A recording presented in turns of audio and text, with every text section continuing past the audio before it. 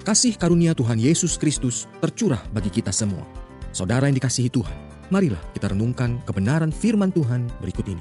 Pertama, Laban adalah contoh seorang penggertak, penindas, dan semena-mena.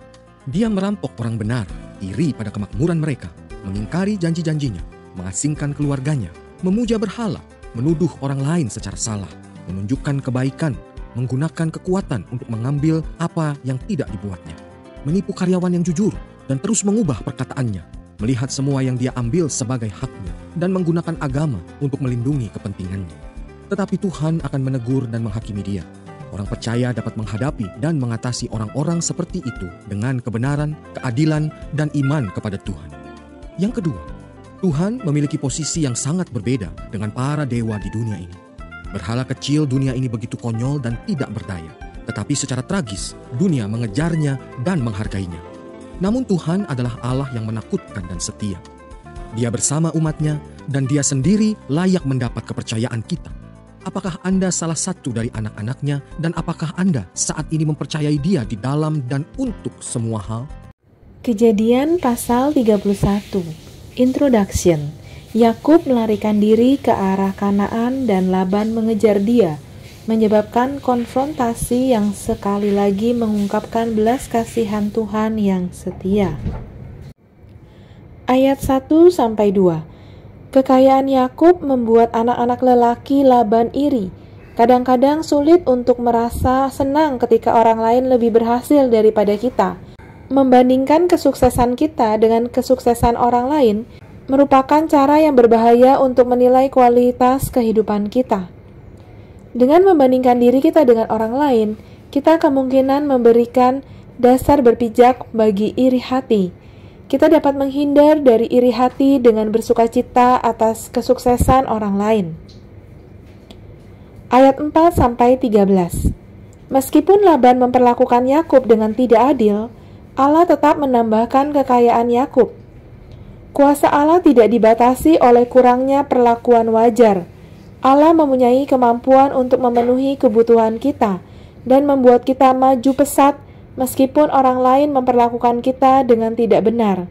Menyerah dan menanggapi secara curang berarti kita tidak berbeda dengan musuh kita. Ayat 14-15. Meninggalkan rumah tidaklah sulit bagi Rahel dan Lea, karena ayah mereka telah memperlakukan mereka seburuk perlakuannya terhadap Yakub. Menurut kebiasaan, mereka seharusnya menerima keuntungan dari mas kawin yang dibayarkan Yakub untuk mereka, yaitu 14 tahun kerja keras. Ketika Laban tidak memberi mereka apa yang merupakan hak mereka, mereka mengetahui bahwa mereka tidak akan pernah mewarisi apapun dari ayah mereka. Jadi, mereka dengan sepenuh hati menyetujui rencana Yakub untuk mengambil kekayaan yang sudah diperolehnya lalu pergi. Yakub kembali ke Kanaan. Allah menyuruh Yakub meninggalkan Haran dan kembali ke kampung halamannya. Yakub membawa keluarganya menyeberangi sungai Efrat dan terlebih dahulu menuju ke negeri berbukit, yakni Gilead. Laban bisa menyusul mereka di sana. Ayat 19. Banyak orang menyimpan berhala kecil yang terbuat dari kayu atau logam. Berhala-berhala rumah tangga di rumah mereka. Berhala-berhala ini disebut terafim, dan benda-benda ini dianggap melindungi rumah dan memberikan nasihat pada saat dibutuhkan. Benda-benda ini juga memiliki makna hukum, karena ketika benda-benda ini diberikan kepada seorang ahli waris, orang yang menerimanya mempunyai hak untuk mengklaim bagian yang terbesar dari warisan keluarga. Tidak heran mengapa Laban cemas ketika ia mengetahui bahwa berhala-berhalanya hilang. Kemungkinan besar Rahel mencuri berhala-berhala ayahnya karena dia takut Laban akan bertanya kepada berhala-berhala itu, lalu mengetahui di mana dia dan Yakub pergi. Atau mungkin dia ingin mengklaim warisan keluarga. Ayat 32. Apakah kita mengingat pernah merasa benar-benar pasti mengenal sesuatu?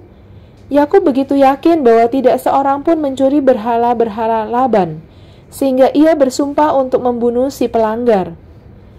Karena Rahel yang mengambil benda-benda itu, Pernyataan Yakub tersebut sangat membahayakan keselamatannya. Bahkan ketika kita betul-betul yakin mengenai sesuatu hal, hindarilah membuat pernyataan-pernyataan yang terburu-buru.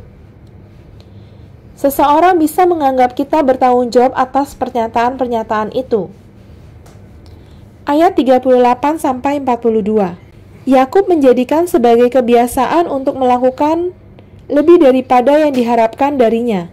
Ketika kawanan dombanya diserang, dia menanggung kerugiannya dan bukan berbagi kerugian itu dengan Laban. Dia bekerja keras, bahkan setelah upahnya berkali-kali dipotong. Kerajinannya pada akhirnya mendatangkan hasil. Kawanan dombanya mulai bertambah-tambah. Membiasakan diri melakukan lebih daripada yang diharapkan dapat mendatangkan hasil.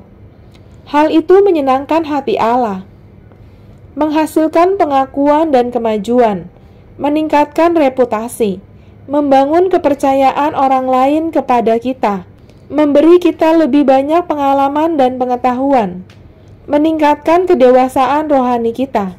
Ayat 49. Agar mengikat, sebuah persetujuan harus disaksikan oleh pihak ketiga. Dalam hal ini, Yakub dan Laban menggunakan Allah sebagai saksi mereka bahwa mereka akan menepati perkataan mereka. Amin.